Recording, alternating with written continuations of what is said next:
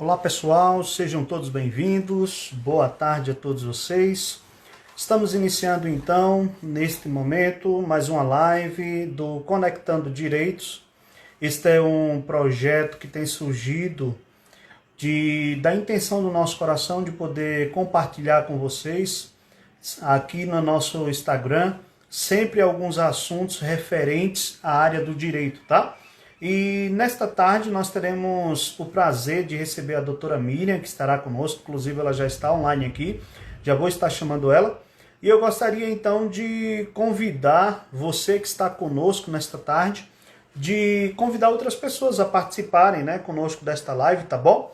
Esse é o momento em que nós estaremos falando aqui na nossa segunda live desse projeto Conectando Direitos. Hoje nós estaremos falando sobre direito de família. Na primeira live nós falamos sobre direito à saúde. Hoje nós vamos falar de direito de família, casamento, união estável e alimentos, tá bom? A doutora Miriam, ela vai estar explicando para nós o que envolve todo esse aspecto da família. Enquanto isso, antes de chamar a doutora Miriam aqui, eu vou estar chamando algumas pessoas para participar conosco e eu quero convidar você também a convidar os amigos a participarem conosco desta live e aproveitar a oportunidade que nós teremos aqui, uma especialista na área de direito de família, para que você possa tirar todas as suas dúvidas e isso de maneira totalmente gratuita, né? Você tem a oportunidade nessa live de fazer a sua pergunta e a doutora Miriam, com toda a sua experiência, ela vai estar então respondendo todas essas perguntas que você elencar, tá bom? Na live de hoje. Então eu vou chamar a doutora Miriam aqui para participar conosco da live. Só um minuto.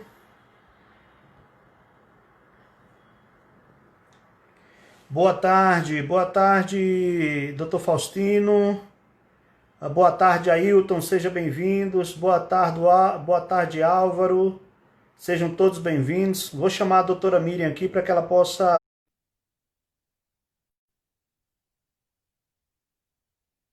Esse é um momento muito importante, onde nós podemos, então, dialogar sobre esse tema do direito, né? Oi, Doutora Miriam, tudo pessoal! bem? Ei, Ebert, coisa boa! Estar aqui com Maravilha! vocês.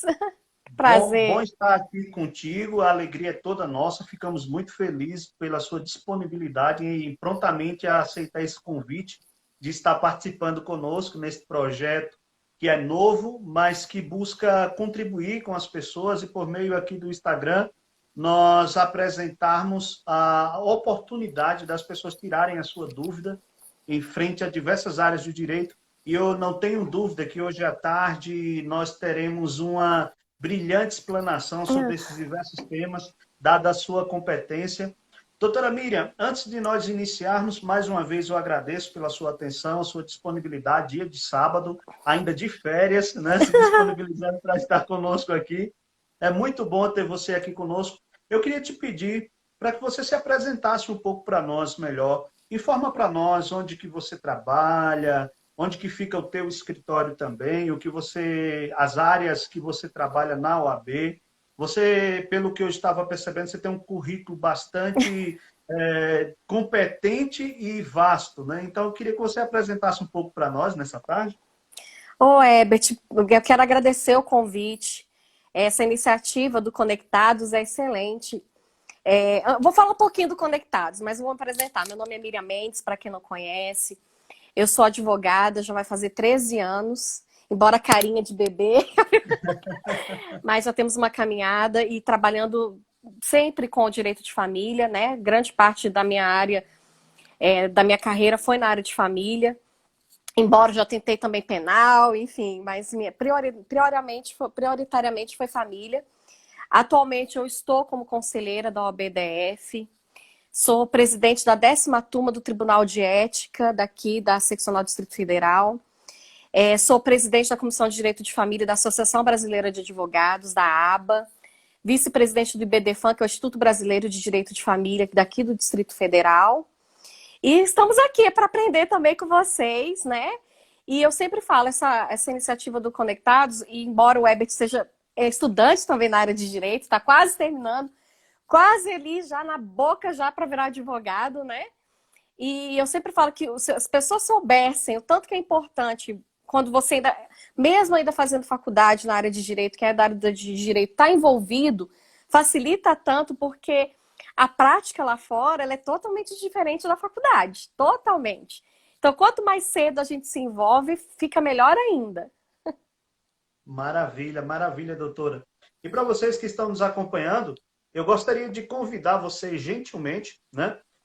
Todos que estão aqui conosco nessa live, vocês podem convidar outras pessoas a participarem conosco. Talvez muitos dos seus amigos possam precisar tirar uma dúvida, e essa é uma oportunidade riquíssima, tá? Então, eu convido vocês a pegarem aqui o direct, essa navezinha que está aqui embaixo, você clica nela e, num ditado bem popular, você senta o dedo aí nessa navezinha, convida umas 10 pessoas, no mínimo umas 10, para estar conosco na live de hoje à tarde, que vai ser muito importante. E, de maneira muito objetiva e didática, a doutora Miriam vai esclarecer algumas dúvidas para nós. Eu quero dizer para vocês que, como a doutora Miriam bem falou, eu estou também na área do direito e ela é um referencial para mim. Né? Ah, Eu tenho olhado a vida dela, a trajetória dela, o conhecimento dela e a experiência, e isso eu tenho buscado agregar para mim e está muito perto. Então, vai ser muito importante. Doutora Miriam, o tema que nós vamos falar hoje é justamente uma área que você... vou tomar a liberdade de chamar de você, tá? claro, por favor. Você tem uma experiência já trabalhando e hoje tem orientado jovens advogados, outros advogados mais experientes também têm estado contigo.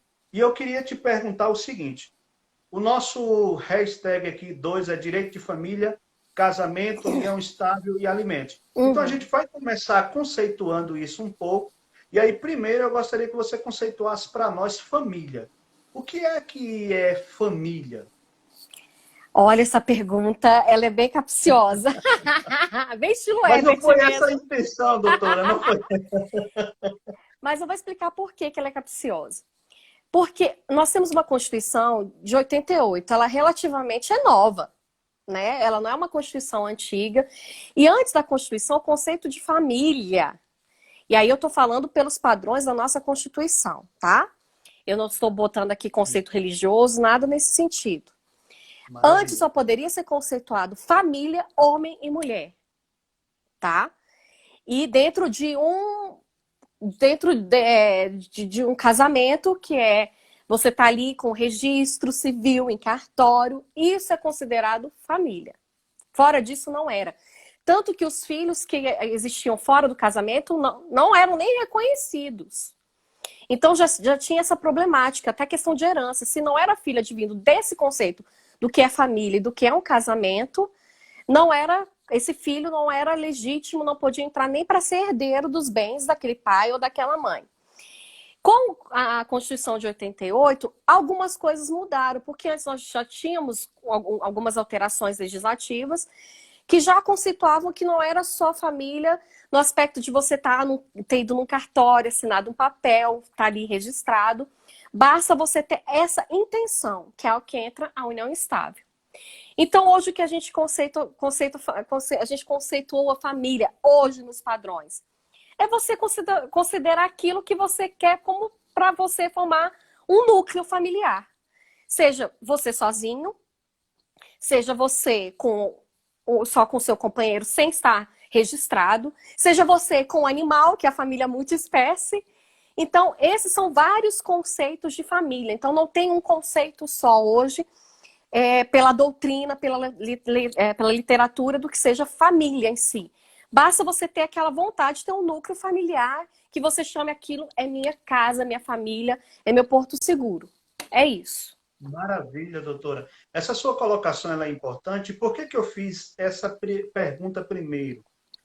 Muitos dos que estão aqui conosco são cristãos, que estão nos Uhum. acompanhando, e muitas vezes nós temos a dimensão que a nossa compreensão de família é a mesma definição de família que tem a norma, né, Isso. jurídica pátria. Né? E isso, de fato, não é de todo verdade. A definição de família, segundo a Constituição, como a doutora Miriam colocou, ela é diferente de casamento. Então, uma coisa é a definição de família, que tem muito a ver a vontade, a afeição, né? A família com base na afeição, nesse desejo de unir-se familiarmente, né? Então, isso é muito importante, pessoal. O que nos leva a uma segunda pergunta, doutora Miriam.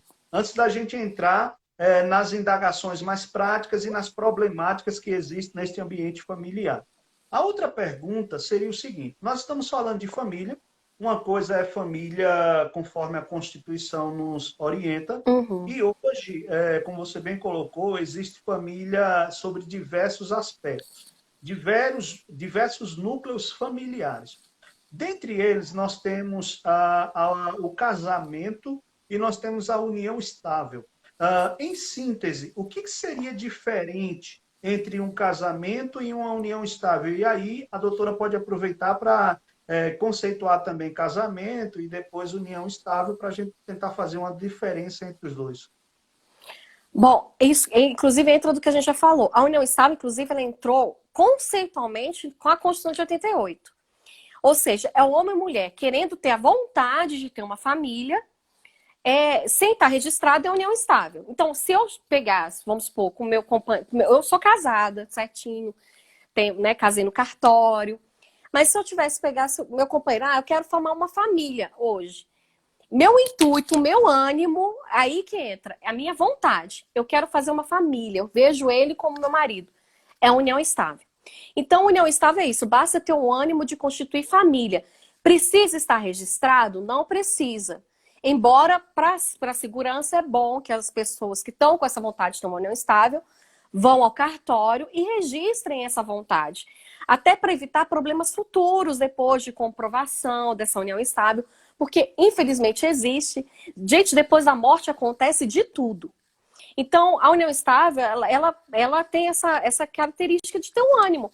E quais as garantias dela do casamento? O casamento, você tá lá, tá registrado, né? É mais fácil a comprovação de um casamento, porque você está sobre a legislação civil, você casou num cartório. A questão também patrimonial diverge? Não é que diverge. Inclusive, a união estável, ela tem as mesmas características de regime de bem para um casamento.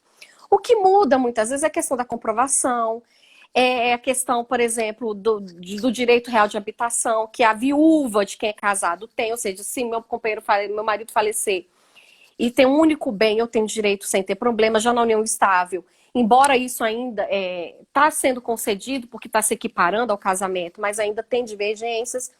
Então, são algumas coisas que divergem, mas basicamente a união estável ela não vai estar registrada, basta meu ânimo. E o casamento, você tem aquele trâmite todo de você entrar no cartório, você faz todo o processo que existe no cartório, dos nubentes, vai ter um edital que vai publicar a minha intenção, ver se tem aquela coisa, se tem alguém que tem contra, descobrir se tem algum problema.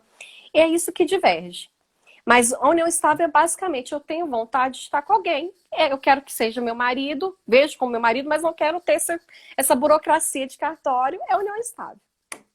Inclusive, doutora Miriam, é interessante que, a título de curiosidade, questão doutrinária, quando a união estável ela veio, foi instituída, o Instituto da União Estável, ele previa que depois de 2 anos fosse convalescido em casamento, é isso?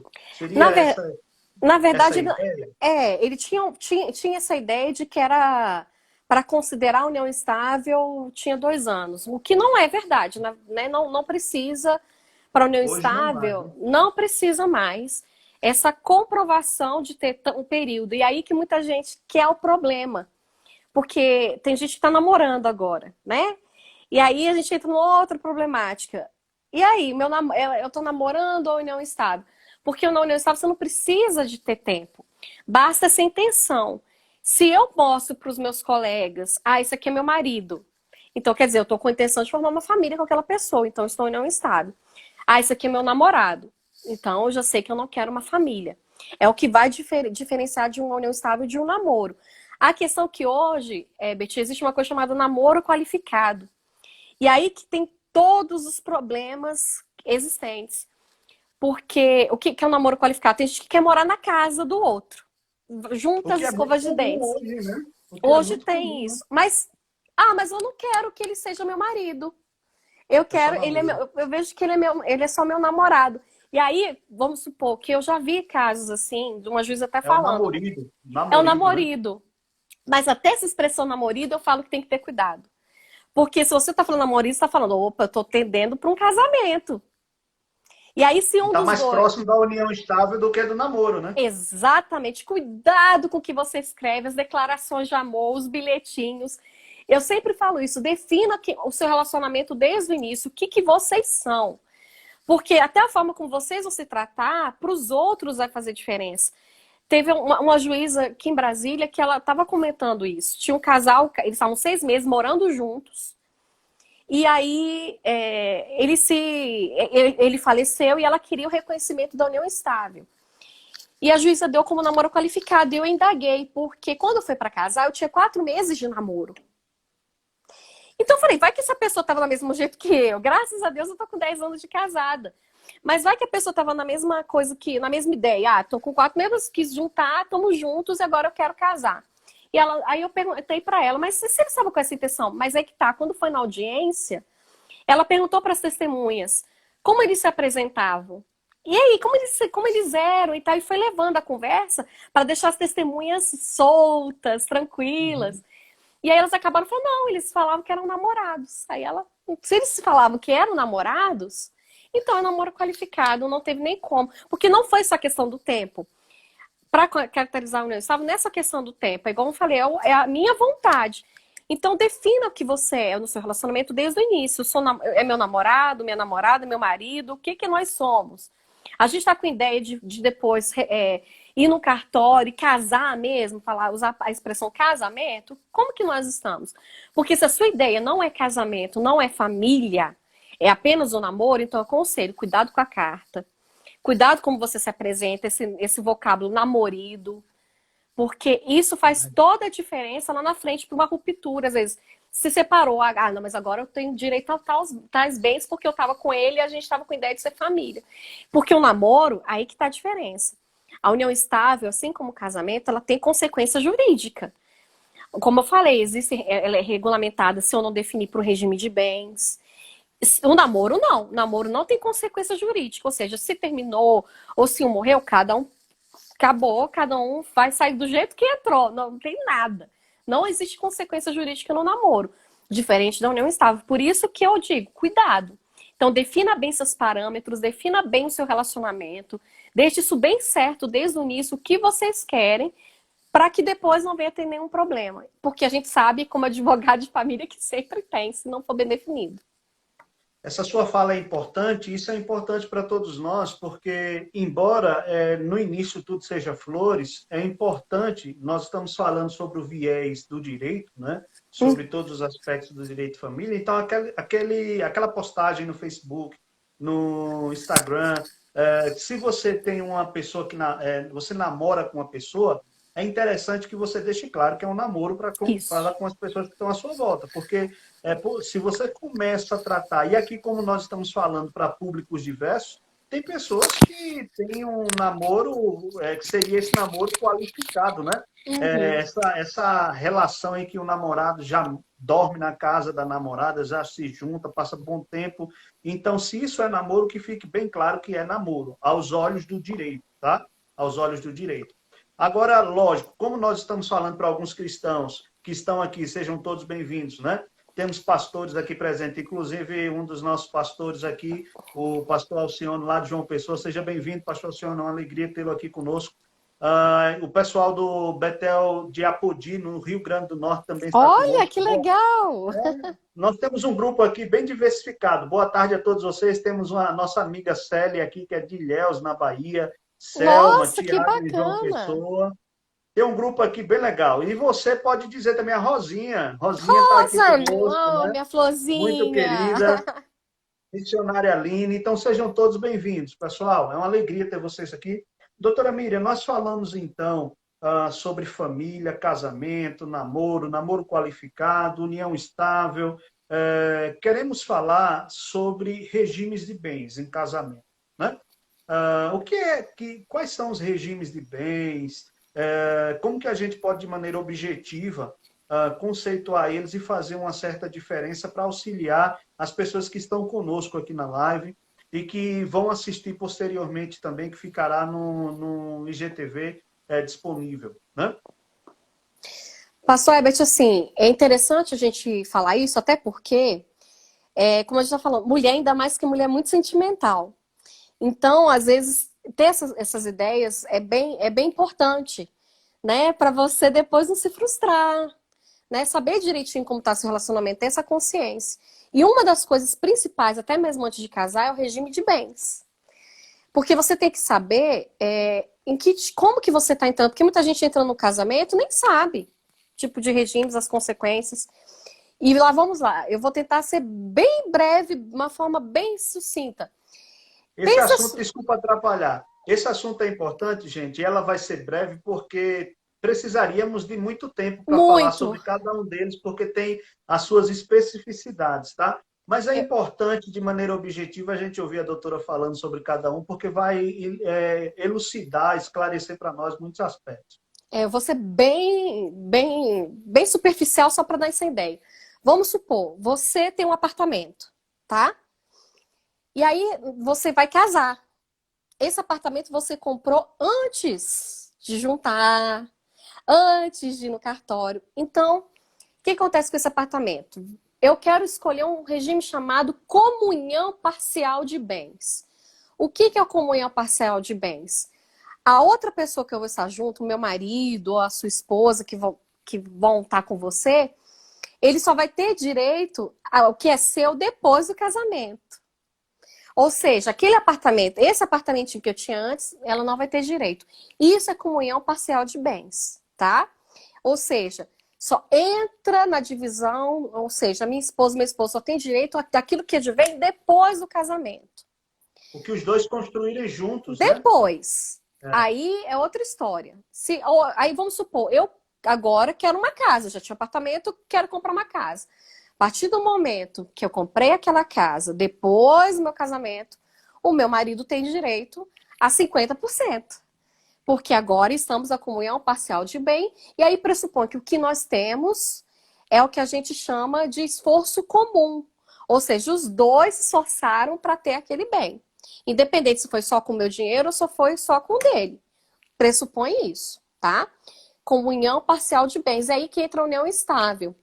A união estável, se eu não definir, pressupõe que o meu regime adotado é o comunhão parcial de bens, tá? O universal, né, doutora? Comunhão parcial. Não, eu estou falando, é compreendido universalmente a união estável. Isso. O regime universal dela é a comunhão parcial. O regime adotado é a comunhão parcial. Agora, se eu tô com aquele apartamento e aí eu quero casar sobre um regime chamado comunhão universal de bens. E aí eu digo que é um regime que quase ninguém mais está usando, exceto eu, que eu falo que eu fui uma das poucas pessoas que eu conheço que usaram comunhão universal de bens. Mas aí tinha um porquê, mas que não cabe explicar aqui. Mas o que acontece? Meu caso, meu marido já a gente queria ver um apartamento e estávamos noivos. Então, para nos resguardarmos, escolhemos o regime. Por quê? Tudo que tiver antes do casamento é dele e o que era dele é meu. Ou seja, engloba tudo. Tudo. É a comunhão universal de bens. Tá?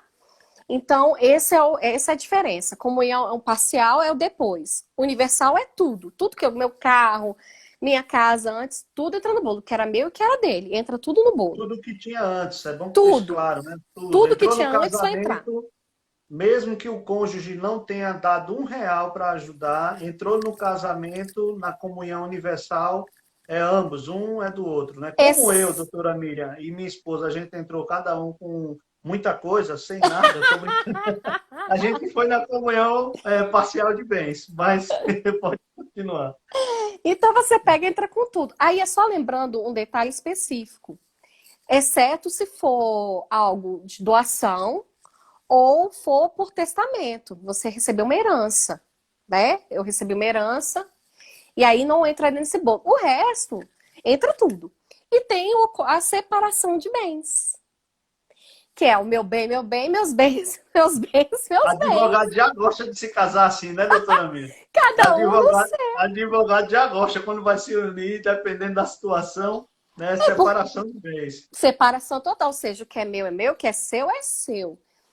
Mas lembrando, gente, que isso é enquanto você existem regras diferentes, até na hora da partilha, se eu tô me divorciando, se eu tô dissolvendo a união estável, e quando o evento é a morte. Isso aí é outra história que a gente É depois outro pode assunto. até falar mais aprofundadamente, porque isso faz diferença gigantesca. Porque tem muita gente que pensa, mas eu casei no regime de separação de bens. Se o meu marido morrer, eu vou ter direito à pensão? Vai. Aí é outra história. Vai, porque uma coisa não tem nada a ver com a outra. É a Sucessão, né? questão. É Aí porque seria uma aula à parte, né? é uma aula à parte, mas só para tranquilizar o coração de alguns, se casou, agora, se você separou do marido, dissolveu, aí cada um vai pegar seus bens, o que tinha e acabou. Tá? Então, basicamente, nós adotamos no Brasil e tem a separação final dos aquestos, que é bem mais complicado, ele mistura a comunhão parcial, então é bem mais misturado. Mas existem esses 4 tipos, né, que nós adotamos de regime de bens aqui no nosso país. Então é importante você saber qual que você quer antes de casar, porque quando a gente chega no cartório para casar, eles não perguntam para você, eles não vão te dar dica, eles vão botar separação, vão botar comunhão parcial de cara.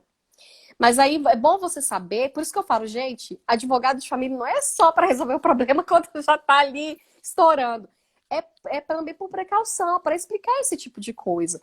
E não significa que você está gorando o seu casamento, não. Não é nada disso. É para você também se planejar. É importante o casal saber, poxa, eu tinha isso aqui, você tinha isso aqui. Então, se organizar para dali para frente, porque vocês vão estar vivendo juntos, né? Então, eu acho muito importante essa diferenciação.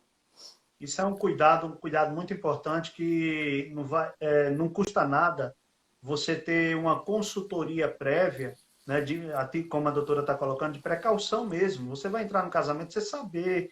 Então, é interessante, não só quando o problema surge ou o conflito surge, mas de maneira prévia você saber como que você vai casar, qual que será o melhor regime, é muito importante. Doutora Miriam, está fantástico, está fantástico. E eu quero falar para vocês que entraram posteriormente, esse é um projeto nosso, que é justamente o projeto Conectando os Direitos, que faz parte da nossa série de lives conectados, e aqui é Conectando o Direito. Nós queremos conectar você com o seu direito, deixar você por dentro do seu direito, e é nosso intuito fazer um serviço de utilidade pública. Então, se vocês tiverem alguma pergunta, vocês que estão aqui, vocês podem colocar essas perguntas aqui no comentário, que eu vou repassar essas perguntas para a doutora Miriam, tá? Para que ela esteja respondendo aqui, informando para nós. Fique tranquilo, a sua dúvida pode ser a dúvida de outra pessoa que está na live e talvez não tenha tanta coragem de perguntar. Então, fiquem super à vontade, tá bom? Doutora Miriam, nós falamos então casamento, união estável. Eu queria falar agora sobre alimentos, né? O que é alimentos? Vamos tentar definir também. A gente está trabalhando nesses aspectos primários, definição, para depois começar aquelas perguntas de todos os conflitos que existem, né? Então, primeiro, o que seria alimentos? Quando a gente fala assim de alimentos no direito de família, o que é isso? Alimentos, basicamente, é subsistência. Ou seja, aquilo que eu preciso para as minhas necessidades mais básicas é definido como alimentos no nosso direito. Então, aquela pessoa que realmente está precisando financeiramente para poder ter as condições mais básicas de alimentação, lazer, vestimenta. E aí a gente põe as crianças, né? Porque elas são hipossuficientes, consideradas hipossuficientes, elas precisam desses alimentos. Que aí pode ser em pecúnia, né? Que geralmente é dado em pecúnia a critério do juiz. Maravilha. Quem pode pedir alimentos, doutora? Só relembrando, alimento é a subsistência que dê a capacidade da continuidade da vida, né, de forma digna, né? Exatamente. Quando a doutora Miriam coloca em pecúnia, é em valor, né? Dinheiro, isso. É em din-din, né? Em din-din, porque de repente a gente pode chegar a essa pergunta que nós vamos fazer daqui a pouco. Gente, minha professora tá me vendo aqui. Mas vai se eu falar uma besteira de direito de família. Célia, querida, que bom tê-la aqui. Seja bem-vinda, querida. A alegria ter você aqui. E agora vai aumentando, né? O nível aqui da Não, a live. responsabilidade só tá aumentando, só tô vendo aqui.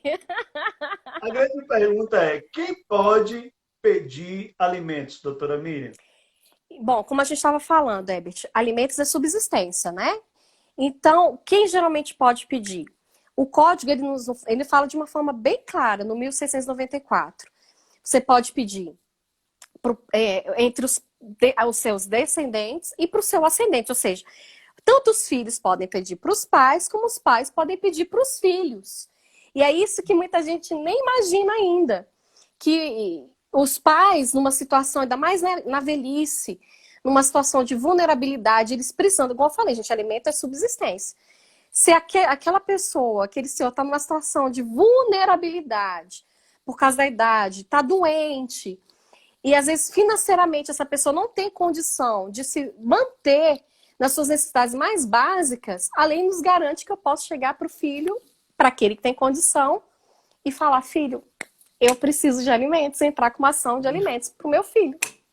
Não é só o filho que pede para os pais. Oi? O que na ótica comum da boa criação não deveria ser nem necessário isso, mas já que nós estamos falando no universo do direito, onde tudo acontece, perceber que os pais e hoje tudo acontece realmente, né? É importante perceber que os pais podem pedir para os filhos também. Pode. Isso é importante demais. E até entre irmãos também. É nessa cadeia mesmo, né? O problema é que a gente às vezes não conhece e pensa só o filho pequenininho, não. Não é só o filho pequenininho. E aí que a gente tem que entender isso. Alimentos, como eu falei, subsistência. Se, por exemplo, é um maior de idade. Mas esse maior de idade, aí entra a situação. Ele não tem como trabalhar. E eu estou botando uma situação mais, né, da pessoa, ela não tem como ir atrás da questão financeira dela. Ela é uma pessoa, às vezes, cheia de doença, vários problemas. Ela não tem como se manter, mas ela já é maior de idade. E aí ela precisa se alimentar, precisa se vestir, precisa, né, garantir o básico. Eu posso pedir alimentos também. Então a gente tem que, né, ver nessa linha. Não é só menor, não é só aquela ideia. Ah, porque é maior de idade acabou a pensão? Qual é o critério? É o maior que está trabalhando? Se for... A doutora está respondendo todas as perguntas que eu tinha. Desculpa! Eu já Mas fui no embalo! Fique super à vontade, fique super à vontade. Essa é uma das grandes dúvidas que surge, doutora, porque você começa dando a pensão alimentícia, né? Começa aplicando para a criança e a pessoa fica de maior, né? Ou alcança a maioridade. E alcançando a maioridade, eu tenho até que tomar cuidado com essas expressões, né? Que no direito de maior, de menor, e aí vai. Maior, entra a maioridade. Isso, alcança a maioridade, e aí alguns pensam, pronto, encerrou a minha responsabilidade de dar manutenção. Mas se esse maior realmente não consegue ainda prover a sua subsistência, é importante a permanência e será obrigatória, não é isso, geralmente? Deixa eu mandar um beijo para a Graça. Ela nem é daqui de Brasília, querida também. Ela é da aba. Então dá um beijo para esse pessoal. Bom, aí que tá, Herbert, se ele é maior de 18, tá? Porque a lei garante até os 18, ok? Mas ele ainda não está trabalhando, está estudando. O que a lei fala? Se ele está estudando, ele não está trabalhando, eu posso prorrogar até os 24. E eu falo esse 24 entre aspas, porque tem faculdade, a gente vai terminar com 25. É o período da faculdade, tá? Geralmente a gente vê muita jurisprudência falando 24, mas é o período da faculdade.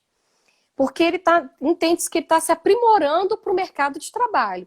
Então, nesse período, como ele ainda não estava com aquela qualificação, então ainda ele precisa de uma ajuda, né? Então, por isso que prorroga além dos 18, nesses casos.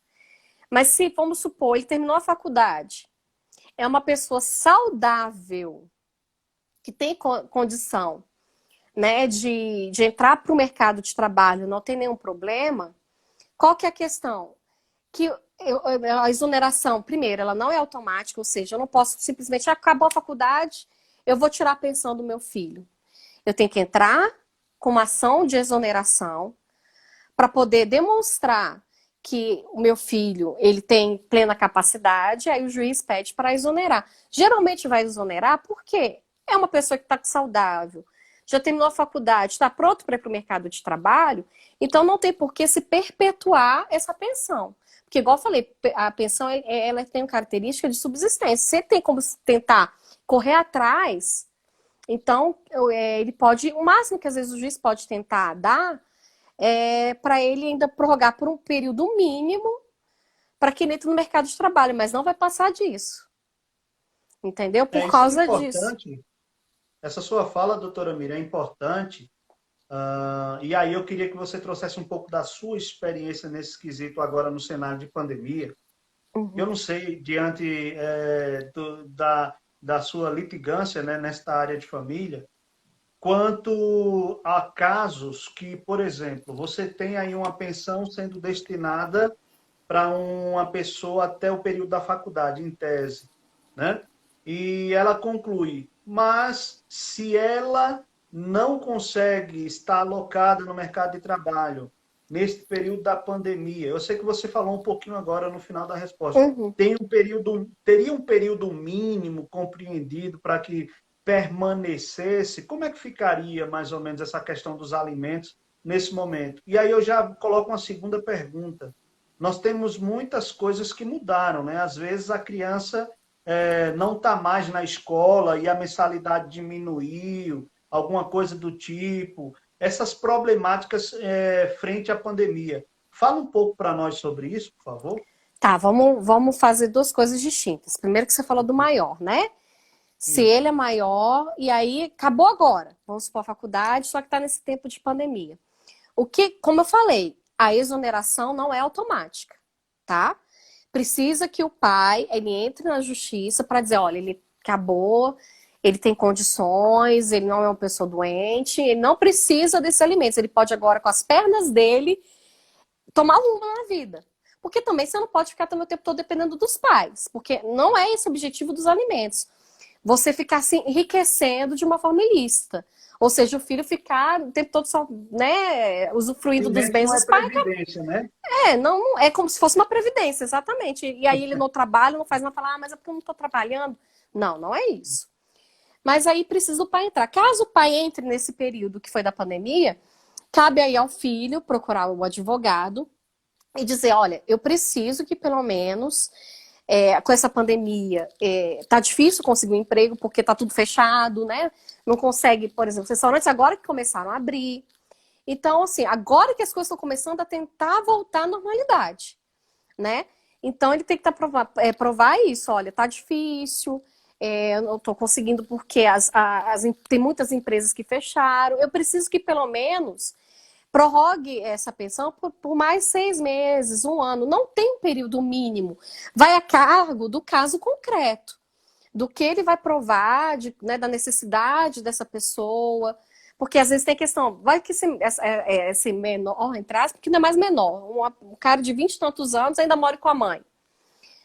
Se ele mora com a mãe também tem também obrigação com relação ao filho, não pode ficar só a cargo do outro.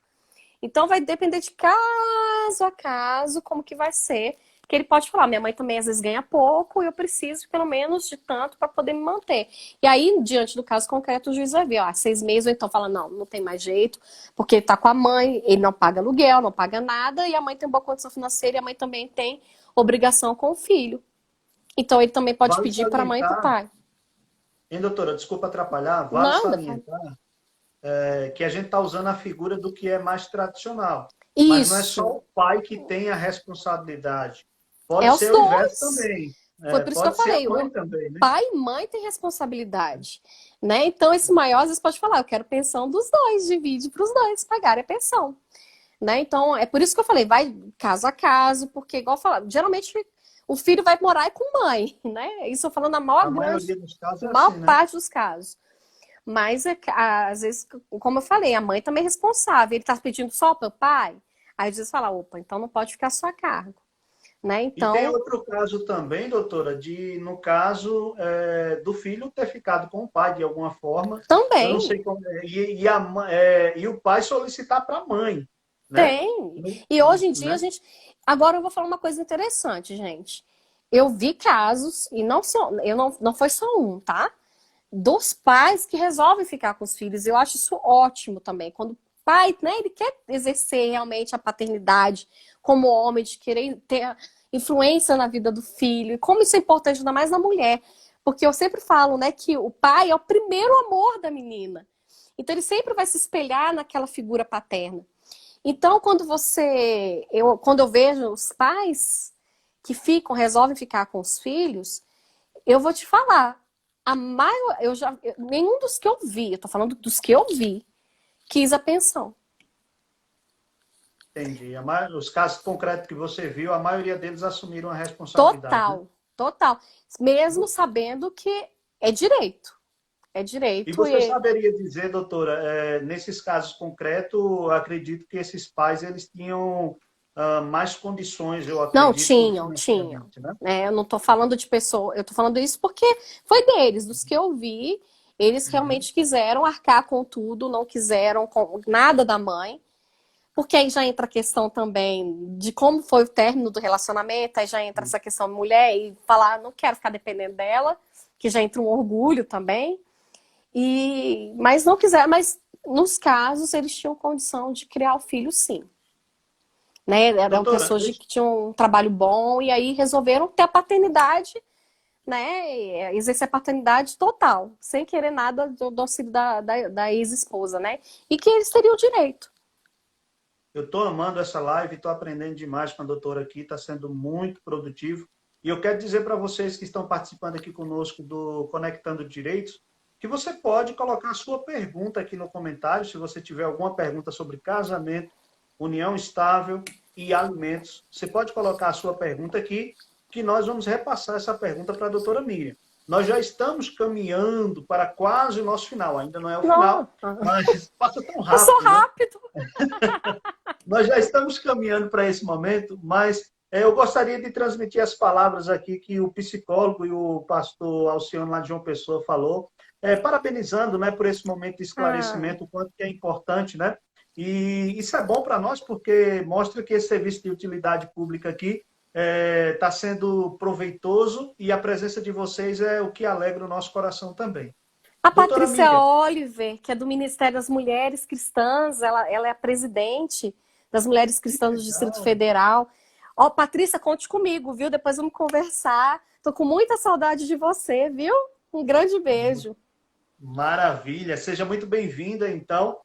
Doutora Miriam, me diz uma coisa. Quem está te vendo aqui agora na live e quiser consultar mais, tirar alguma dúvida contigo, até te procurar mesmo, como é que essas pessoas podem te encontrar? Fala para nós o teu Instagram, teu site, Falo. teu contato. Coloca para nós, por favor. O Além meu que já Instagram. estão aqui, né, acima, né? Se você clicar aqui, desculpa atrapalhar, além de já estar aqui acima, Miriam Mendes, vocês Isso.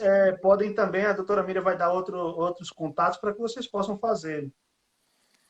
Pode a gente me procurar pelo Instagram, no Miriam Mendes, me mandem direct. O meu Facebook também é Miriam Mendes, tá?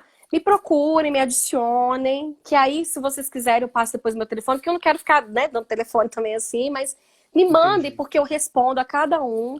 Meu escritório também é aqui em Águas Claras, eu tô de portas abertas pra gente conversar, viu? E aí, me procurem, que aí eu respondo a cada um, sem problema nenhum, tanto pelo Instagram como pelo meu Facebook. Ok, doutora Miriam. Doutor Faustino agradecendo aqui, dizendo que precisa ir, mas disse que foi muito edificante o bate-papo. E na Ah, que legal. próxima ele procurará se fazer presente novamente. E agradece a doutora aqui também, dizendo, inclusive, que você é xará da mãe dele, né? Ah, que É o nome, né? legal! Que Que legal. bom. Doutora Miriam, muitos são os assuntos sobre casamento, união estável, alimentos, e que envolve o direito de família como um todo. A pergunta que eu tenho para fazer para ti é o seguinte: de repente, o pessoal está ouvindo aqui essa questão de ascendente e descendente pedir alimentos. Alimentos. A grande pergunta que eu queria fazer para ti é: pode, por exemplo, o avô pedir para o neto alimento? Eita, essa pergunta. Não, não é pegadinha, não. Aí, como eu falei, existe uma ordem, né? Também não é assim. Ah, eu vou pedir pro primo. Não, não é assim. Vou pedir pro primo rico, né? É pro primo rico, primo rico e primo pobre. É isso. Não, não é assim. Existe, né, a própria legislação fala, você tem uma hierarquia. Se, por exemplo, se esse avô não tem mais o filho, né? O filho é falecido, o que é mais próximo é o neto, aí poderia, não tem problema nenhum, né? Porque eles vão estar mais perto na cadeia mesmo, hereditária mesmo, para ele poder pedir. Porque ele já não vai ter mais. Agora, ele não poderia pedir para um neto, sendo que ele tem um filho. Né? Se ele tiver o filho vivo, aí não poderia, porque você está pulando e aí não poderia. Você tem que seguir uma ordem para poder também pedir os alimentos. Maravilha.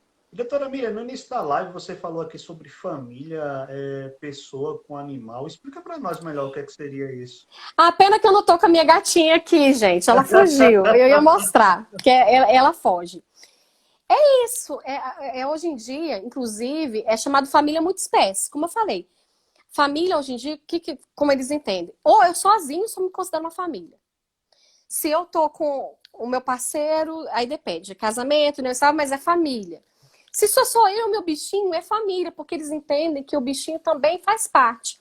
Inclusive, o STJ teve um julgado muito interessante, considerando que o animal de estimação, ele não é tido mais como uma coisa, mas ele também não é um sujeito de direito, mas ele é como se fosse um terceiro gênero que também merece cuidado, merece atenção. Tanto é que, gente, vocês vão até achar engraçado, mas hoje você consegue pensão alimentícia para um bichinho. Se você separar, o outro pode chegar, não, porque eu estou gastando com ração, com veterinário, eu quero que você me ajude com as despesas do meu animal, do animal de estimação. E aí é dado. Tem o direito de visita, né? A doutora Miriam, ela sabe que eu tenho uma certa resistência com animais, né? Ela não, ela já é muito amorosa. Nesses dias, a minha esposa estava falando em. Esses dias não, hoje pela manhã ela estava falando sobre nós adquirirmos um animal, né? E aí eu disse, rapaz, vamos esperar um pouquinho, porque animal, além de tudo, você tem muitas responsabilidades hoje. Você gasta demais com o animal, né? E E como tem razão de gasta? ser nessa questão, né, de pedir alimentos. E é dado, tem o direito de visita. Porque, gente, quando você também fala do bichinho, o bichinho ele vira como se fosse um parente seu. Você pega um carinho absurdo, né? Eu não imaginava quando eu perdi meu gatinho agora. Gente, ele passou 6 anos comigo. Ele era como. Eu sempre falava, ele é meu filho peludo. E a dor que eu sinto até. Já vai fazer 20 dias. É uma dor que eu nunca imaginei sentir. E eu confesso pra vocês, é uma dor absurda. E eu só consegui entender isso na hora que eu perdi. Então a gente pega um amor pelo bichinho que é muito grande. Aí eu já vejo, poxa, por isso que pede alimentos. Porque realmente você gasta, gente. Você ama aquele bichinho. Você é Verdade. tudo que ele tem na vida é aquele bichinho, é você. É a casa. Então, o mínimo que a gente dá pra ele é isso, amor, atenção. E aí agora, é por isso que é considerada a família multiespécie. É quando você inclui o bichinho e aí tem alimentos, tem tudo isso agora pro bichinho. Ótimo. Boa tarde, Nelson. Seja bem-vindo. Doutora Miriam, eu vou fazer uma última pergunta para a gente poder caminhar para o nosso final. Até agora não tivemos nenhuma pergunta. Eu acho O povo que tá isso tímido. eu acho que isso é devido também à sua capacidade de elucidar tão bem os assuntos aqui que acabam realmente não tendo dúvidas, né? O Teve Ailton, uma ele do está falando. Ailton. Teve do Ailton aí, ó. Ele É perguntou se verdade. pode ter testamento para se testamento para animal existe. Aí, Ailton, existe, mas ainda não é no Brasil. O testamento em Portugal e outros lugares são pioneiros e você pode deixar. No Brasil ainda não é possível. Só está no nível Ele de dá um exemplo alimentos aqui e do tudo. Alto da Compadecida, né? Ele dá um Não é exemplo só aqui no no filme fim. do Alto da Compadecida, a cachorra que ficou com o testamento da Por vida. enquanto, só fica no filme do Alto da Compadecida aqui no Brasil. No Brasil A ainda não peça, permite, não. Testamento para animal. a peça e o filme consagrado de Ariano Suassuna. Grande Ariano Suassuna. Que pergunta, hein? Realmente. E tem que fazer em latim, né? Foi feito em latim o enterro da cachorra ali, né? Todos os direitos, né? Todos os direitos. doutora Miriam, me responda o seguinte. Às vezes a gente vê em comentário e não sabe se realmente aquilo aconteceu, se não. A pessoa pode casar hoje com mais de duas pessoas? Ou melhor, com mais de uma pessoa? Não, casamento de jeito nenhum. Casamento não é permitido. O que às vezes a gente vê é união estável. E aí eu vou te falar que eles estão dando mais de uma união estável para a mesma pessoa, considerando. É o Só que assim, poliamor? está sendo exceções. É aquela ideia do. Ainda não é o poliamor, tá? Porque Entendi. poliamor pressupõe aquela pessoa com várias e de conhecimento. No Brasil ainda não. E embora que tenha uma discussão bem avançada sobre isso. E aí é muito pano para manga. Mas ainda não é aceito ainda o poliamor. Essa questão da união estável, porque teve casos de que o cara estava com a mulher não sei quanto tempo e tinha outra, e depois que descobriu, não era de conhecimento de nenhuma e nem outra. E aí acaba que às vezes estão dando mais de uma união estável, tá? Mas aí tem, igual eu te falei, é o caso concreto, tá? É porque são casos que às vezes a esposa sabia e coincidiu, às vezes, o período. É muito pano para manga, mas cabendo do caso concreto, eles estavam dando sim. Maravilha. Pessoal, que bom a gente estar batendo esse papo aqui sobre direito de família. Essa live ela vai ficar no nosso IGTV, aqui no nosso Instagram. Então, se você está participando conosco, eu quero convidar você também a seguir aqui o nosso Instagram, tá? Participar conosco. Nós queremos aqui semanalmente estar trazendo uma pessoa para poder falar, um especialista em determinadas áreas do direito. O direito ele é muito amplo. E nós queremos contribuir. Vocês que nos acompanham, eu faço lives na área de teologia, filosofia e direito agora, né? E daqui a pouco a gente vai aumentar mais esse leque. Então, o nosso objetivo é poder compartilhar isso para vocês. Estamos falando aqui de direito de família sobre o aspecto do direito, tá? Nós não envolvemos aqui questões religiosas, apenas a questão do direito, tá bom? Eu quero agradecer demais a atenção de vocês, quero agradecer a doutora Miriam pela disponibilidade de participar conosco aqui do Conectando Direitos. Quero pedir para você que compartilhe este vídeo que ficará salvo no IGTV com outra pessoa que precisa. E se você precisar, entre em contato conosco, com a doutora Miriam, através do Instagram. O Instagram dela está aqui, vai ser muito útil. Como eu disse para vocês, a doutora Miriam é um referencial para a minha vida. Oh. Nós temos uma relação de amizade muito boa. Conheço a família dela, o esposo é muito legal. E na área de direito, ela é minha mentora. Eu estou seguindo os passos dela aqui, né, buscando aprender. Isso é uma responsabilidade, porque se eu fizer alguma besteira, né? Mas as besteiras é minha culpa. Se tiver, ela não terá nenhuma culpa com isso, tá? Doutora Miriam, muito obrigado por sua presença na nossa live. Eu fico muito feliz. Não tenho nem como pagar isso aqui, né? E nem palavras suficientes para agradecer. Apenas dizer muito obrigado. Eu agradeço em nome de todos que participaram da nossa live. E fique à vontade para fazer suas considerações finais. Beth, eu que agradeço o carinho. Realmente nós somos amigos, né? Já de uma longa data, né? Não é de ontem, já tem um tempinho de caminhada. E agora juntos na área do direito. E eu só tenho a agradecer por essa oportunidade. Foi realmente muito legal. Quero, né, deixar um abraço para todos que estiveram aqui com a paciência, nos assistindo e participando aqui. Então, assim, muito legal mesmo, né? E eu queria deixar um abraço para todos. E vamos fazer uma parte 2, né? De repente, fazer, Vamos porque, ó, sim. tem a Paty aqui que fez pergunta, ó. Que ela disse que eu ouvi dizer que. Vamos responder essa pergunta da Paty? É uma Vamos. pergunta muito interessante. Ela pergunta o seguinte: quando o pai ou o responsável não tem condição de pagar, fica para os avós. A pessoa pede essa obrigação para os avós. Aí ela está querendo saber justamente o seguinte: ela até falou, não sei se faz parte do assunto, ela disse que pena que já está acabando. Mas a gente vai responder essa pergunta, Paty, para a Paty, gente. rapidinho para você, né? Por causa do tempo. É, os avós aí têm caráter complementar, tá? Primeiro tem que entrar contra o pai, aí se o pai não tiver condições de pagar, você pede para os avós, dentro das condições dos avós complementares, você não pode ir direto para os avós, tá? Então você não é assim, pai não tem condições de pagar, também não é assim.